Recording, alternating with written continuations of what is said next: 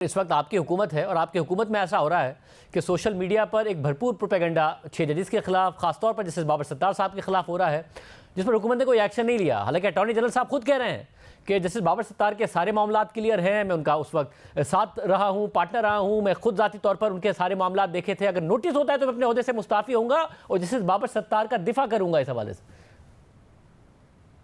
دیکھیے، social media plate forms پہ جو پروپیگنڈاز ہو رہے ہیں اس پہ نہ میں محفوظ ہوں نہ آپ محفوظ ہیں۔ آپ جرنلسٹ ہیں، آپ کے ساتھ جو کچھ ہوتا رہا ہے سوشل میڈیا پہ، میرے پہ پتہ نہیں کیا کیا الزام لگتے ہیں۔ یہ تو ہمارے اپنے ضمیر کو اور ہمیں پتہ ہے نا شاہ زیب بھائی کہ ہم کیا اور کون ہیں۔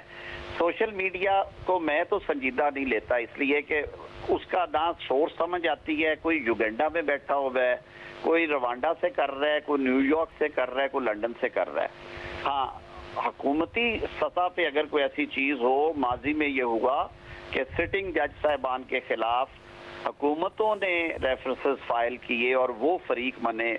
پیچھے آپ کو یاد ہوگا ایک معزز جج صاحب کے خلاف ریفرنس فائل ہوا، ایک ریفرنس آیا، دوسرا آیا، بہت ساری تجاویز آئیں، حکومت میں بھی لوگوں نے کہا کہ جی ہمیں اس میں فریق بننا چاہیے، یہ بدعنوانی کا کیس ہے۔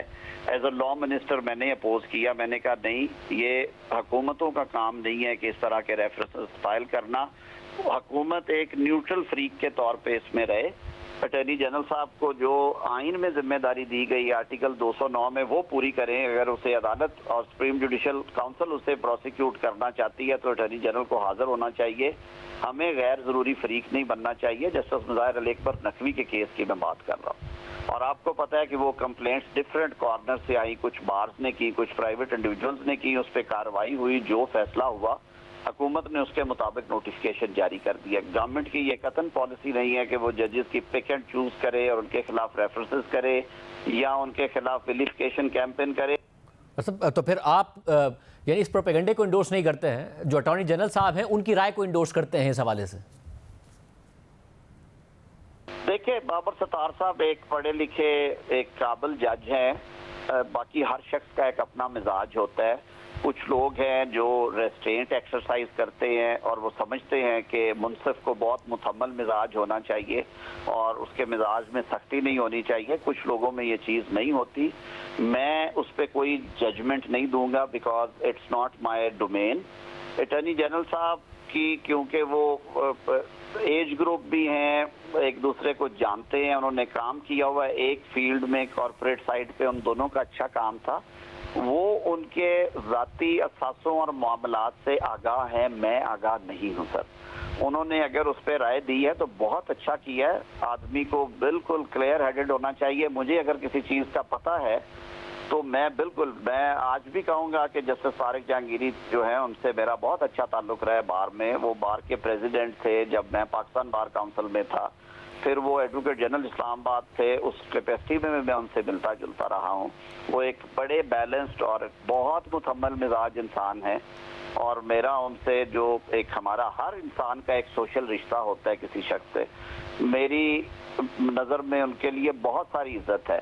یہ تکلیف دہ معاملات ہیں جو بھی اس چٹھی کے ذریعے سامنے لائے گئے ہیں، اور ہم نے تو اسی لیے سپریم کورٹ کی ہدایت پہ ایک انتہائی غیر جانبدار اور غیر متنازع جج تھے سپریم کورٹ کے، انہیں کمیشن اپوائنٹ کر دیا تھا کہ عوام کے سامنے حقائق سامنے آ جائیں عوام کے باہر۔ کیف وہ سپریم کورٹ کا ڈیسیژن بعد میں آیا، انہوں نے کہا کہ ہم اسے ٹیک اپ کر رہے ہیں جوڈیشل سائڈ پہ، اب یہ میٹر سب جوڈیس ہے، اٹارنی جنرل صاحب معاونت کر رہے ہیں، اس سے زیادہ میں اس پہ بات نہیں کروں گا۔ اچھا، یہ آخری معاملہ 8 مئی کو جسٹس منصور علی شاہ کی سربراہی میں 3 رکنی بینچ سماعت کرے گا۔ تحریک انصاف نے پشاور ہائی کورٹ کا جو فیصلہ ہے اس کو چیلنج کیا ہے مخصوص نشستوں کے حوالے سے۔ جسٹس محمد علی مظہر، جسٹس اطہر من اللہ اور جسٹس منصور علی شاہ جب یہ سماعت کریں گے، تحریک انصاف کو امید ہے کہ مخصوص نشستیں انہیں مل جائیں گی، انہیں خیبر پختونخوا میں مل جاتی ہیں، تو باقی نشستوں پر باقی صوبوں میں مرکز میں سوال پیدا ہو جائے گا۔ کیسے دیکھ رہے ہیں آپ اس کو؟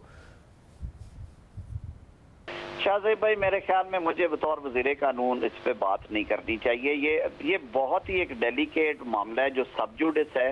میں صرف یہ کہوں گا کہ 5 ممبر ججمنٹ آنے کے بعد، اور انہوں نے چوائس کیا تھا پی ٹی آئی نے کہ سنی اتحاد کونسل جو بھی ہے، انہوں نے یہ طے کیا تھا کہ انہوں نے کہاں پہ آئیڈیلی انہیں اسلام آباد میں پٹیشن فائل کرنی چاہیے تھی، وہ چوائس کر کے پشاور گئے تھے کیونکہ انہیں ماضی میں کچھ فیصلے وہاں سے ملے تھے۔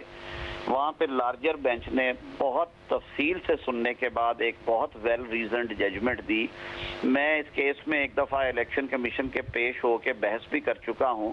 جو موجودہ آئینی سکیم ہے اس کو سامنے رکھتے ہوئے وہ پارٹی جس نے الیکشن میں حصہ نہیں لیا، جس نے اپنی ریزرو سیٹس کی فہرست جاری نہیں کی، بطور وکیل میری نظر میں وہ کسی ریزرو سیٹ کی حقدار نہیں ہے۔ باقی معاملہ کورٹ میں پینڈنگ ہے، وہ دیکھیں گے کہ اس کے پشاور ہائی کورٹ کے فیصلے میں کیا نقائص ہیں، وہ اسے اپ ہولڈ کرتے ہیں یا ادروائز جاتے ہیں۔